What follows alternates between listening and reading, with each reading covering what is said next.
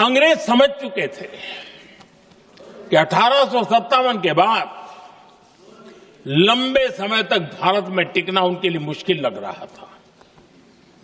और जिस प्रकार से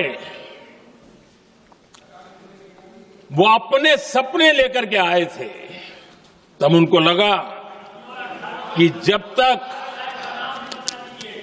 तक भारत को बांटेंगे नहीं, जब तक भारत को टुकड़ों में नहीं बांटेंगे, भारत में ही लोगों को एक दूसरे से लड़ाएंगे नहीं, तब तक यहां राज करना मुश्किल है।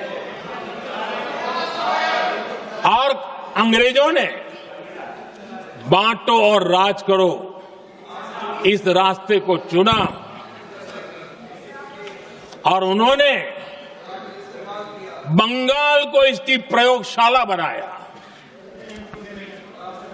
क्योंकि अंग्रेज भी जानते थे वो एक वक्त था जब बंगाल का बौद्धिक सामर्थ्य देश को दिशा देता था, देश को ताकत देता था, देश को प्रेरणा देता था।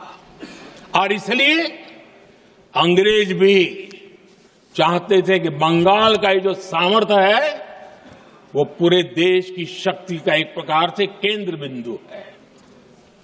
और इसलिए अंग्रेजों ने सबसे पहले बंगाल के टुकड़े करने की दिशा में काम किया।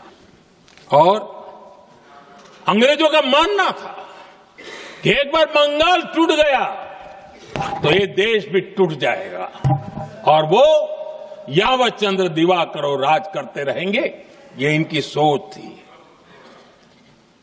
1905 में अंग्रेजों ने बंगाल का विभाजन किया, लेकिन जब अंग्रेजों ने 1905 में ये पाप किया तो वंदे मातरम चट्टान की तरह खड़ा रहा। बंगाल की एकता के लिए वंदे मातरम गली गली का नाद बन गया था और वही नारा प्रेरणा देता था। अंग्रेजों ने बंगाल विभाजन के साथ ही भारत को कमजोर करने के बीच और अधिक बोने की दिशा पकड़ ली थी। लेकिन वंदे मातरम एक स्वर एक सूत्र के रूप में अंग्रेजों के लिए चुनौती बनता गया और देश के लिए चट्टान बनता गया। अंग्रेजों के उस दौर में एक फैशन हो गई थी भारत को कमजोर, निकम्मा, आलसी,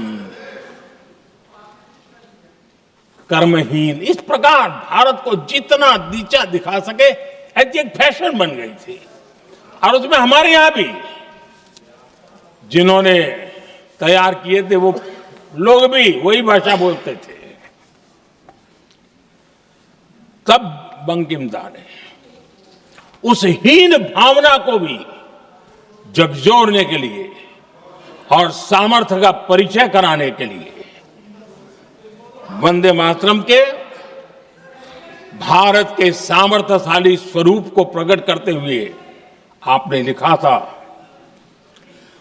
तम ही दुर्गा दश प्रहरण धारिणी कमला कमल दल विहारिणी वाणी विद्या दायिनी नमामि त्वाम नमामि कमलाम अमलाम अतुलाम सुजलाम सुफलाम मातरम वंदे मातरम। अर्थात भारत माता ज्ञान और समृद्धि की देवी भी है और दुश्मनों के सामने अस्त्र शस्त्र धारण करने वाली चंडी भी है। अध्यक्ष जी, ये शब्द ये भाव, ये प्रेरणा गुलामी की हताशा में हम भारतीयों को हौसला देने वाले थे।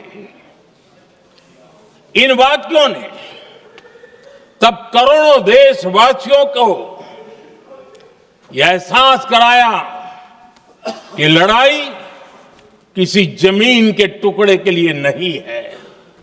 ये लड़ाई सिर्फ सत्ता के सिंहासन को कब्जा करने के लिए नहीं है। ये गुलामी की बेड़ियों को मुक्त कर हजारों साल की महान जो परंपराएं थी, महान संस्कृति, जो गौरवपूर्ण इतिहास था, उसको फिर से पुनर्जन्म कराने का संकल्प इसमें था।